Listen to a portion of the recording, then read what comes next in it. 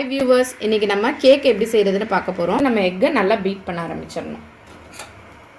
Egg வந்து room டெம்பரேச்சரில் தான் இருக்கணும், ஃப்ரிட்ஜிலேருந்து எடுக்கக்கூடாது. ஃப்ரிட்ஜிலேருந்து எடுத்திங்கன்னா ஒரு 5 மணி நேரத்துக்கு முன்னாடியே எடுத்து வெளியில் வச்சுட்டு அப்புறம் செய்ய ஸ்டார்ட் பண்ணுங்கள். இது நம்ம விஸ்கை வச்சு பீட் பண்ணுறதுனால 20 மினிட்ஸ்க்கு மேலே நம்ம கண்டினியூஸாக பீட் பண்ணிக்கிட்டே இருக்கணும். கை நல்லா நுர வர அளவுக்கு நம்ம பீட் பண்ணிட்டோம்.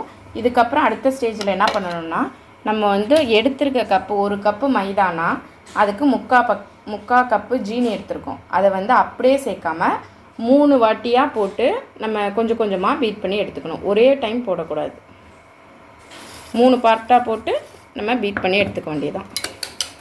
வாடை அடிக்காமல் இருக்கிறதுக்காக வெண்ணிலா எசன்ஸ் ஒரு ஸ்பூன். இது வந்து வீட்டில் இருந்தால் ஆட் பண்ணுங்கள், அப்படி இல்லைன்னா ஒமிட் பண்ணிவிடுங்க. கண்டினியூவாக பீட் பண்ணிக்கிட்டே இருக்கணும் விடாமல். அப்போ தான் உங்களுக்கு அந்த கன்சிஸ்டன்சி வரும். இப்படியே கண்டினியூவாக 20 நிமிஷம் நாங்கள் பீட் பண்ணி முடிச்சிட்டோம். இப்போ எடுத்து விட்டால் அந்த மாதிரி திக்கான தோசை மாவு மாதிரி வரும். இதுதான் இதோட பதம். இதுக்கப்புறம் நம்ம என்ன பண்ணணும்னா, எடுத்து வச்சுருந்த மைதாவை 2 ஸ்பூனாக ஆட் பண்ணி பீட் பண்ணணும். ஒரே டயத்தில் எல்லாத்தையும் ஆட் பண்ணிடக்கூடாது. 2 ஸ்பூனாக போட்டு நம்ம பீட் பண்ணணும்.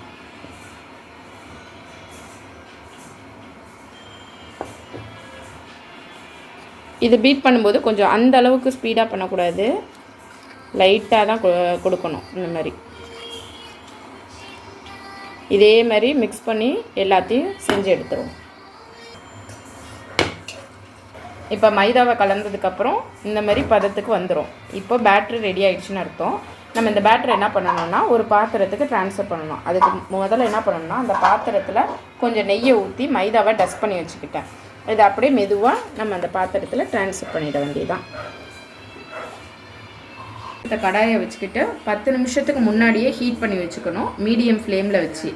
கொஞ்சம் ஹீட் ஆனதுக்கப்புறம் நம்ம ரெடி பண்ணி வச்ச அந்த மாவை உள்ளே வச்சு அரை மணி நேரம் வேக விட்டுட்டு நம்ம எடுத்து பார்க்க போகிறோம். அரை மணி நேரம் ஆகிடுச்சு. நம்ம ஒரு டூத் பிக்கை வச்சு செக் பண்ணி பார்க்குறோம். ஒட்டலை, அப்போ பேக் ஆகிட்டுன்னு அர்த்தம். இப்போது கேக் ரெடி ஆகிட்டு, ஸ்பாஞ்ச் கேக்.